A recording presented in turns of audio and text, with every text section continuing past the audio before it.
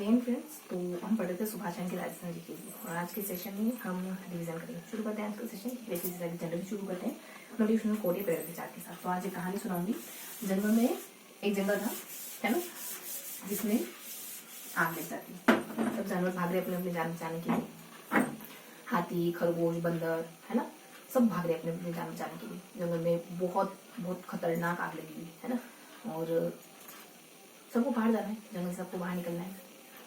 तो भागते भागते भागते ही हाथी थक जाता है, ठीक है, और अचानक से उसके पाँव में उसको कुछ कुछ चुभा ऐसा एहसास होता है।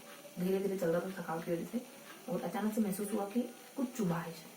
पाँव ऊपर करता है और थोड़ा ठहर जाता है ना। इतने कुछ खरगोश आके उसके पाँव के नीचे उसके पाँव के नीचे बैठ जाता है।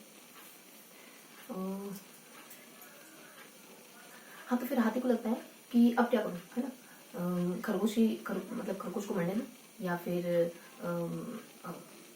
खरगोश की जान बचा लूँ, क्योंकि पाँव नीचे रखेगा खरगोश मर जाएगा। अगर पाँव ऊपर रखेगा तो कैसे बात बनेगी, है ना। तो अब कश्मकश में क्या करा जाए, वो समझ नहीं पा रहा है। तो डिसीजन ये लेता है वो कि चलो कोई बात नहीं, थोड़ा सा पाँव ऊपर ही रख लेता हूँ। इसी बहाने मेरी वजह से कोई अगर जिंदा रह जाएगा और मेरी वजह से कोई बच जाता है तो अच्छा ही होगा, है ना। तो कुछ समय के लिए पाँव ऊपर ही रख लेता हूँ। ऐसा करके वो पाँव ऊपर ही रख लेता है। और बहुत समय हो जाता है, पाँव में आकड़ महसूस होने लग जाती है। उस खरगोश की मासूमियत को देखकर उसको मन नहीं हो रहा होता है कि वो पाँव नीचे रखे उस खरगोश के मरने कराने लगे। तो ऐसे ही खड़ा रहता है, पाँव आकड़ने लग जाता है, कांटा लगा हुआ पाँव में, है ना। अब हाथी आराम से नीचे गिर जाता है, और जंगल में चूंकि आग लगी हुई थी तो आग के कारण हाथी जल के राख हो गया, है ना। लेकिन मरते मरते हाथी के दिल में सिर्फ ये बात थी कि चलो कोई बात नहीं, मैं मरा या फिर मैं इस वजह से मरा हूँ क्योंकि मैंने किसी को की जान बचाई।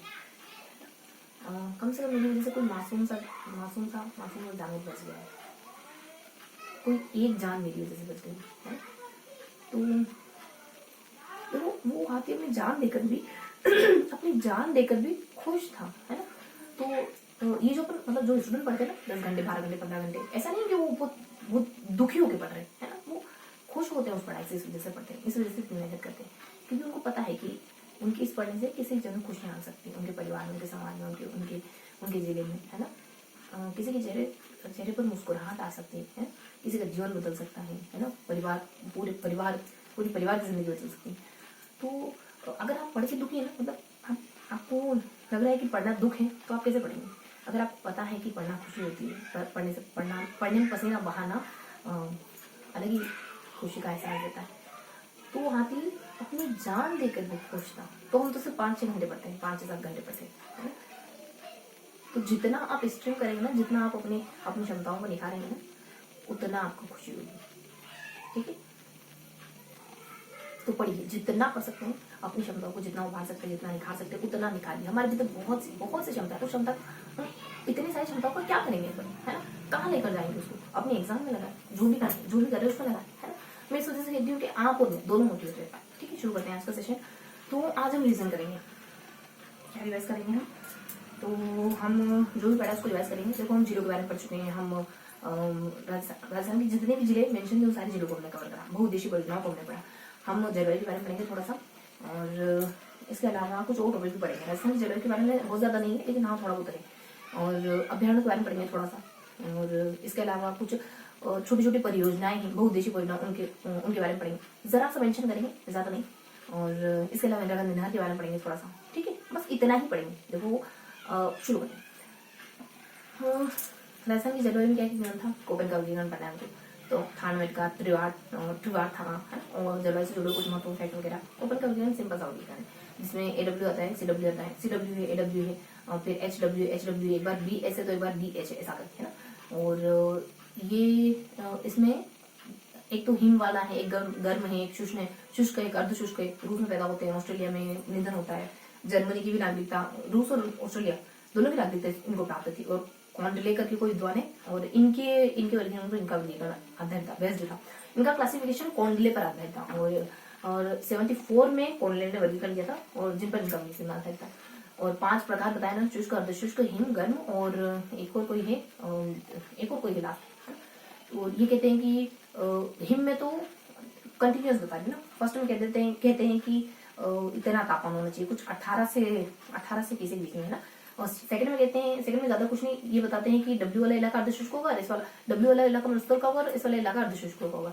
फिर कहते हैं कि 18 से जो 3 के बीच का तापमान होना चाहिए। फिर कहते हैं क्रमशः बता रहे हो ना, फिर कहते हैं कि 10 से 3 के बीच का तापमान होना चाहिए। क्रमशः कैसे, शुष्क, अर्धशुष्क, गर्म और हिम, जो भी बातें बताई वो पैरेलल है ना, मतलब इनके समानांतर है। और याद ऐसे ही होता है, पहले आप फर्स्टली जब याद करते हैं ना तो एक डायमेंशन आपको याद होता है, बहुत सारे डायमेंशन आपको याद नहीं होती एक बार, एक डायमेंशन याद होता है। उस एक डायमेंशन को याद कर लो, धीरे धीरे वो डायमेंशन इतना पुख्ता हो जाएगा कि फिर सारे डायमेंशन से आप उस चीज को देख पाओगे, है ना। समझ रहे हो मैं क्या कहना चाह रही हूँ। इसके अलावा देखो इनके बारे में कुछ बातें हो रही। एफ का वर्गीकरण, सी का मतलब यहाँ क्या है, इन्होंने अपने वर्गीकरण में कुछ शब्दों का इस्तेमाल करा, जैसे एफ है, सी है, एम है, के, जी है, जी का मतलब गंगा के मैदान से। सी का मतलब 4 महीनों तक 10 डिग्री तापमान रहना, ऐसा कुछ है। एम का मतलब वर्षण करके कुछ है, एम का मतलब बस में सो रहा है, और एफ का मतलब वर्षण करके कुछ है, ठीक है। तो ये इनके जो अल्फाबेट है उनके मीन्स है। इसके अलावा CW मतलब आर्द्र जलवायु में समान प्रकार की वनस्पति पाई जाती है। और समान आर्द्र जलवायु कहाँ है हमारे राजस्थान में, दक्षिण में और पूर्व में। वही सारे जिले आ जाएंगे अपने दक्षिणी जिले, बांसवाड़ा, डूंगरपुर, उदयपुर, प्रतापगढ़ है ना, सुलुम्बर, ये सारे जिले आ जाएंगे। इसके अलावा बस ये सारी बातें हैं। और भी इनकी क्लासिफिकेशन है, जैसे कि अपने BSH है, शुष्क, अर्धशुष्क, आर्द्र, और ये तीनों क्लासिफिकेशन है। तो इनमें शुष्क में बरसात कितनी होगी, इन तीनों को साथ में बता रही हूँ ना, तो 20, 40, 80 है। और वनस्पति है जीरोफाइट से स्टेपीज और मिश्रित है, क्रमशः बता रही हूँ। जिले कौन जाएंगे शुष्क में, वो सीमांत जिले। अर्धशुष्क में अपने अरावली से लगते सारे जिले जाएंगे। और इसके अलावा आगरा में अपने दक्षिण राजस्थान के जो जिले ना, एक ट्रिक है अपनी, जब तक बस ऐसा करके ट्रिक है। और इस ट्रिक के अलावा जो भी दक्षिण राजस्थान के जिले हैं ना, इस ट्रिक के अलावा दक्षिण राजस्थान के जिले प्लस मेवात, अलूर, तुलपुर, करौली, ये और जोड़ेंगे, ठीक है। तो ये अपने ओपन क्लासिफिकेशन कंप्लीट है, ठीक है। अब देखो हाँ, कुछ हमने ना, तो इसके अलावा कुछ और भी पढ़ा था हमने, एक जनरल क्लासिफिकेशन भी पढ़ा था हमने, कि राजस्थान में सबसे पहले शुष्क आता है, फिर अर्धशुष्क इलाका आता है, फिर उपाद्र आता है, फिर आर्द्र आता है, फिर हरदिगा जो अपना अति आर्द्र इलाका वो आता है। तो इनमें बरसात कितनी होती है, तो कुछ 2 का पढ़ा लगा, तो मतलब कि 2, 40, 80 और 2 मतलब 20, 40, 60 और 80 और 80 और 120। ये वनस्पति कौन सी है, तो मरुद्भिद, और 3 में ही है ना शुरुआती में मरुद्भिद, और सेकंड में फिर कुछ मिश्रित है लास्ट में, और सेकंड में ऐसी कुछ, ठीक है। और जिले कौन से, तो मरुस्थल में आप जानते हैं वो सीमावर्ती जिले, अर्धशुष्क मरुस्थल जानते हैं अरावली के पूर्वी जिले, ठीक है। घग्गर का मैदान हो गया, नीचे जालोर, पाली और ये हो गया, बीच का अजमेर, नागौर वगैरह, जोधपुर ग्रामीण, ये सब हो गया। और पूर्वी इलाके में ये तो 2 इलाके हो गए ना। तीसरे जो उपाद्र कैटेगरी, उसमें जिले कौन से आएंगे, उपाद्र में हमें फिर नीचे, ये तो अपने शुष्क अर्धशुष्क में जिले पता चल गया। उसके बाद हमने ट्रिक्स बनाई थी, एक तो कहते हैं जब तक बस, और फिर लास्ट में कह देते हैं कि उसमें कब्ज, हाँ उसमें कब्ज, बीच की ट्रिक थोड़ी सी मिस हो रही, ठीक है। तो बरसात हो गई 2 के पहाड़े से, और जिले हो गए अपने 2 में, तो आपको पता ही सारी उत्तर में ट्रिक हो जाएगी, है ना। और ये जनरल क्लासिफिकेशन बताएं। इसके अलावा थोड़ी वनस्पति डिस्कस कर ली हमने। इसके अलावा और क्या हो सकता है इनमें, हाँ गर्मी कितनी पड़ती है, तो गर्मी और बरसात को ध्यान रखोगे। देखो गर्मी को ध्यान रखोगे, नीचे से शुरुआत करोगे, 5 क्रमश है ना, नीचे शुरुआत करोगे तो 3 और 4, 3 3 3 3 3 और लास्ट में 4, 3 4 मतलब 36, 32, 34 ये सब रहेगा हाईएस्ट पर है। और यहाँ 45 से शुरुआत में। बरसात को ध्यान रखोगे तो 18 और 16 करके ध्यान रखना, 18 और ऊपर 16 करके ध्यान रखोगे, ठीक है। 3 बार मतलब नीचे चलोगे तो 18 आएगा 3 और फिर ऊपर 2 में 16 जाएगा, इतना सेल्सियस तापमान रहता है सर्दियों में, ठीक है। तो ये अपना एक जनरल क्लासिफिकेशन हो गया, बरसात है, गर्मी है, सर्दी है ना, और कौन कौन से जिले आते हैं, कौन कौन से वनस्पति है ना, ये अपने 5 में हो गए, शुष्क, अर्धशुष्क, उपाद्र, आर्द्र और अति आर्द्र, ठीक है। 3-4-5 कैटेगरी हो गई। ये जनरल कैटेगरी देखने में ओपन के वर्गीकरण को बढ़िया हमने, है ना, एक ओवरव्यू रिवीजन करें इस वजह से। फिर अपन थार्डवेट को पढ़ते हैं। थार्डवेट में अपन देखते हैं कि थार्डवेट का क्लासिफिकेशन क्या है, MA है, EA है, और CA है, BWA है ना। और ये किस नाम से जाने जाते हैं, तो शुष्क, अर्धशुष्क, और एक उष्ण और एक मिश्रित, ये नाम है इनकी ये नाम है। क्रमशः तो नहीं पता, लेकिन हाँ ये नाम है। और अब जिले कौन से हैं, तो वही सारे जिले, शुष्क में वही अपने सीमांत जिले आ जाएंगे, अर्धशुष्क में वही अरावली के पूर्वी वाले जिले आ जाएंगे, और आर्द्र में वही अपने हाड़ोती वाले जिले आ जाएंगे। ओपन ने जो वर्गीकरण बताया ना, ओपन ने जो जिले बताया ठीक वही जिले, एक आधे जिले और बढ़ जाएंगे लेकिन कम नहीं होंगे, ठीक है। इसके अलावा मिश्रित यहाँ नहीं कैटेगरी, मिश्रित में सीमावर्ती जिले ही आएंगे जो हम पहले शुष्क कैटेगरी में पढ़ चुके हैं। अब यहाँ बरसात कितनी होती है, तो 18, 20, 80, 100 ऐसा करके ध्यान रखोगे बैक टू बैक। ठीक है, बैक टू बैक क्या है, तो EA लास्ट में CA और बीच में BW AW ऐसा ही कुछ है ना। तो इस तरीके से आपको क्रमशः ध्यान रखना है कि 18, 20, 80, 100 ऐसा करके ध्यान रखोगे, है ना। और त्रिवार्था का वर्गीकरण सेम कोपेन से मिलता जुलता है, ज्यादा कुछ अंतर नहीं है। जैसे कोपेन ने बताया ना कि CW है, AW है, फिर SW इन SW के आगे कुछ और है ना, BS है तो BH ऐसा करके, तो सेम वही है। CW तो CW है, AW तो AW है, पहले AW तो AW है, CW जो बीच में वर्गीकरण उसमें कोपेन ने जो WW लगा रखा है पीछे की तरफ वो हटा दोगे तो त्रिवार्था वर्गीकरण हो जाएगा। अगर राजस्थान में देखना चाह रहे हो कहाँ है ये, तो नीचे से शुरुआत करो ABC से, है ना, इस तरफ से जाओगे तो ABC, बस ये है कि BOC को थोड़ा सा रिप्लेस कर देना है, ठीक है। ये अपनी त्रिवार्था हो गया। जनरल एस्पेक्ट, जैसे कि दैनिक तापमान सर्वाधिक कहाँ पाया जाता है, जैसलमेर। सर्वाधिक दैनिक तापमान जैसलमेर का। सबसे कम दैनिक तापमान कहाँ का, डूंगरपुर का। वार्षिक तापमान सबसे ज्यादा कहाँ का होता है, चूरू का। सबसे कम वार्षिक तापमान कहाँ का है, सबसे कम वार्षिक तापमान कहाँ का है, सबसे ज्यादा तो चूरू में है। सबसे कम वार्षिक तापमान तो पता नहीं चल रहा अभी। सबसे ज्यादा आंधियां कहाँ आती, ऐसे मतलब कुछ फैक्ट है ना, सबसे ज्यादा आंधियां कहाँ आती, गंगानगर से। सबसे कम कहाँ आती, झालावाड़ में 3 दिनों तक। सबसे आधा संभव कौन सा है, कोटा। सबसे कम आधा संभव कौन सा है, धौलपुर, है ना। ऐसे कुछ फैक्ट है। इसके अलावा धकाऊ है जो उत्तर से चलने वाली हवा, लंकाऊ है जो दक्षिण से चलने वाली हवा, पूर्व से चलने वाली हवा, है ना। फिर संजेरिया करके भी है, संजेरिया इस तरफ से चलती है, समझ लो ना, इस तरफ मेरा, इस तरफ मतलब दक्षिण पश्चिम, ठीक है। और चील है जो यहाँ बीच वाली हवा है, यहाँ पे कुछ था सेज करके, और यहाँ पे भी कुछ था एक नाम है सेज, यहाँ की समझ लो ना, उत्तर और पूर्व, ठीक है। तो ये बेसिक फैक्ट थे, बहुत ज्यादा महत्वपूर्ण, लेकिन हाँ ध्यान रखेंगे। इसके अलावा हमने क्या जाना, तो ये हमारा क्लासिफिकेशन हो गया। इसके अलावा ना हमने कुछ पढ़ा है वन्यजीव अभ्यारण्यों को। वन्यजीव अभ्यारण्यों में हम कुछ फैक्ट जानते हैं, कुछ अधिनियमों को जानते हैं, ज्यादा कुछ नहीं, कुछ फैक्चुअल बातें, क्योंकि ये टॉपिक अभी हमने शुरू ही करा है। एक तो 51 में अधिनियम आया, एक 53 में, 52 में नहीं आया, 53 में आया, 54 में नहीं आया, 55 में आया, फिर 72 में आता है ना। ये 4 एक्ट थोड़े ज्यादा इंपॉर्टेंट है, या फिर इनको हमने थोड़ा हाईलाइट करा। नाम है इनके वन, राजस्थान वन, फिर वाइल्ड लाइफ और पशु पक्षी, और एक में अपन कुछ वन करके कहते हैं, वन करके कुछ राजस्थान वन करके एक्ट का नाम है ना। इन चारों एक्ट की ये नाम है। इसके अलावा कुछ और फैक्चुअल बातें भी, जोधपुर ने सबसे पहले शिकार उद्यम करा, जोधपुर रियासत ने टोक सबसे पहले कानून बनाया, 48वें अनुच्छेद में बात की गई है, 51वें मूल कर्तव्य में बात की गई है। इसके अलावा और भी अधिनियम आए, जैसे कि 1887 में आया, और 1912 में आया, 1927 में आया, है ना, उनके भी नाम अलग अलग। इसके अलावा एक बोर्ड की स्थापना होती है 1955 में होती है, जो अपने सरिस्का है और एक सबसे कुछ और रणथंभौर, रण है और दर्रा, इन सबको अभियान बनाने की बातचीत करता है। इसके अलावा 72 में नेशनल लेवल पर कुछ काम होता है जो अपने राजस्थान में 73 में अपनाया गया था। उसके अलावा कुछ 1.5 या 2.5% के आसपास का इलाका है जो राजस्थान में वन्यजीव अभियानों को डेडिकेटेड है।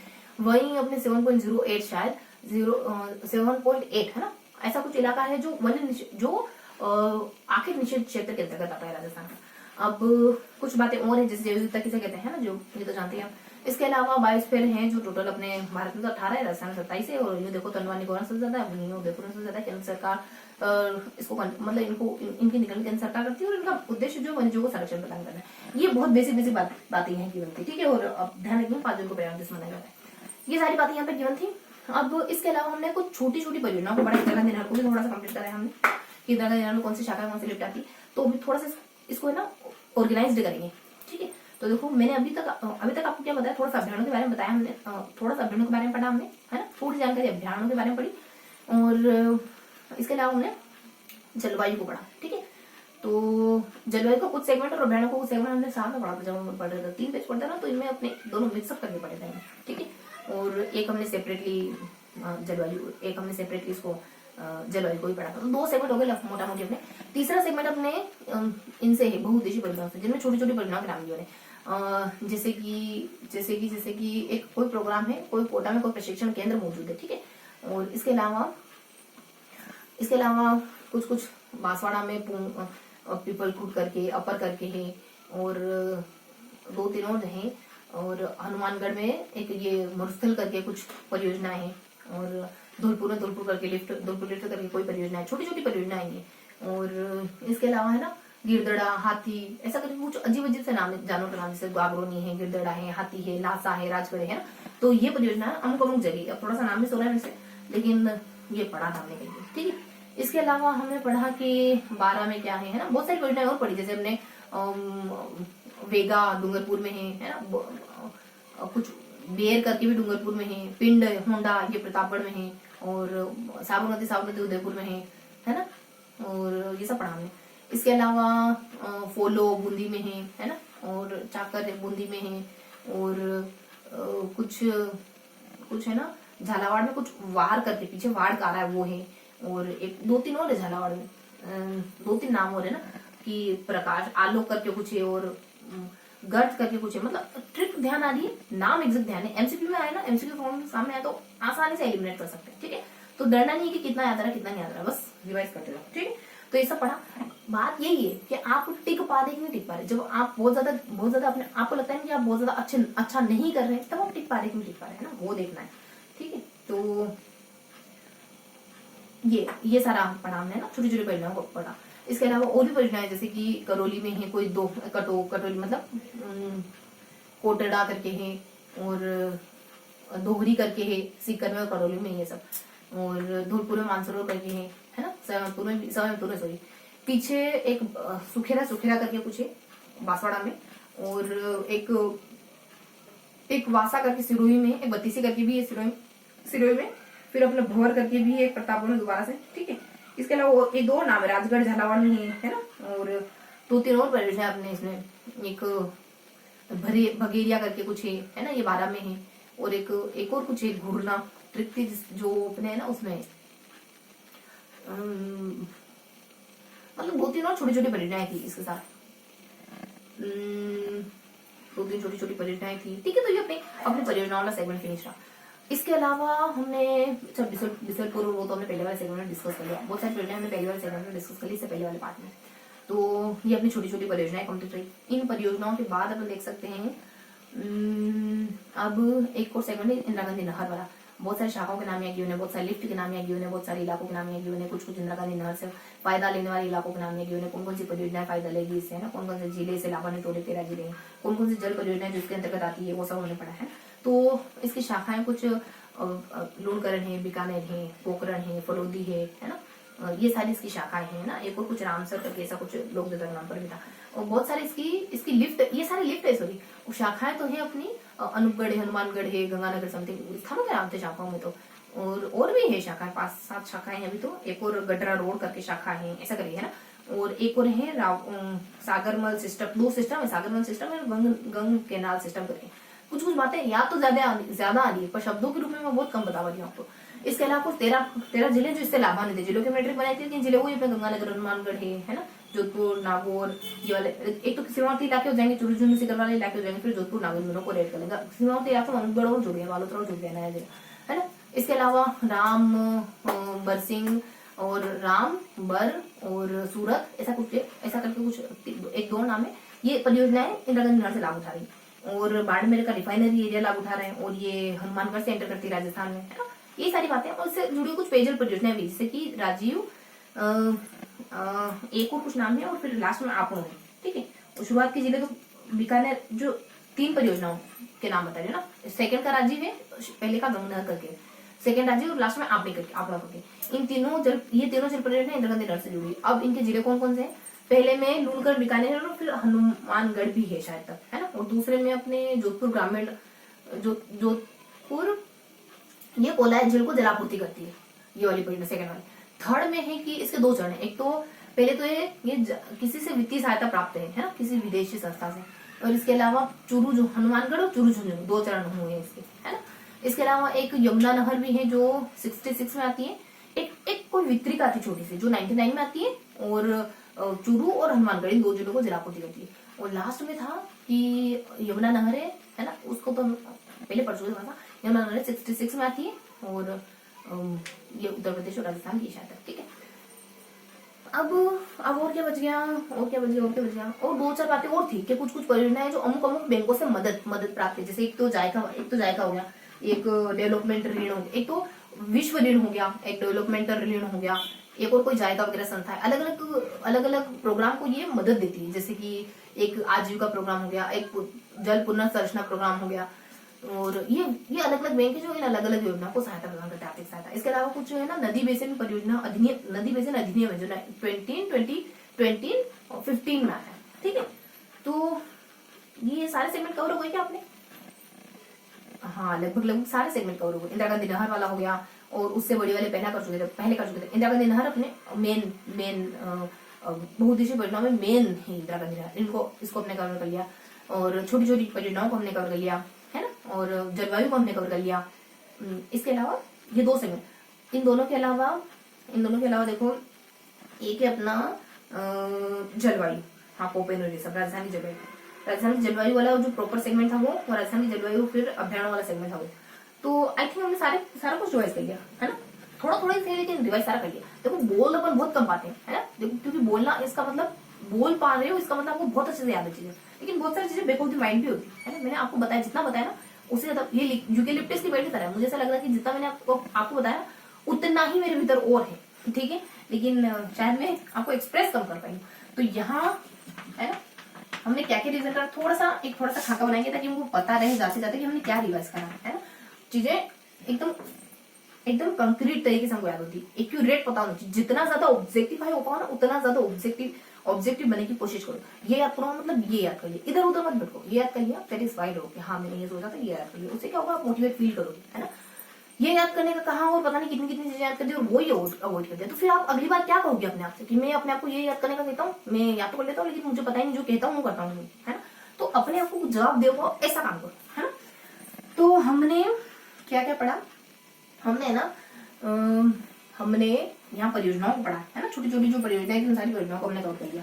परियोजनाओं को कवर कर लिया हमने इंदिरा गांधी, ये भी परियोजना ही है हालांकि, लेकिन थोड़ा सा इंदिरा गांधी ना, ये अलग से है ना।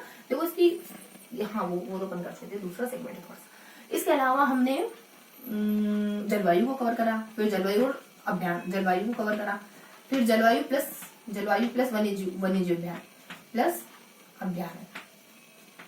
अभयारण्य होता है, ठीक है। अभयारण्य ऐसा अरण्य जहां पर वन्य जीवों को कोई भय ना हो, है ना, कोई मतलब वो अभय होकर घूम सके, ठीक है। तो ये था आज का सेशन। आई होप आज का सेशन आपको ठीक लगा होगा। मिलते हैं ऐसे अगले वीडियो में, तब तक के लिए हंसते मुस्कुराते रहिए, दिल से पढ़ाई करते रहिए। जय हिंद।